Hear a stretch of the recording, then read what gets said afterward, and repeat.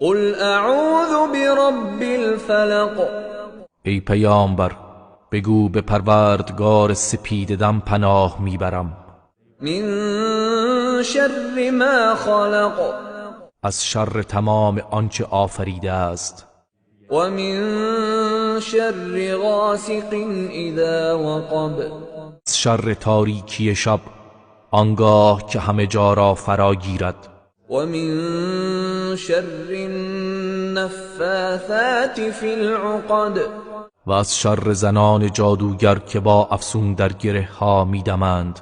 و من شر حاسد اذا حسد. و از شر حسود آنگاه که حسد ورزد.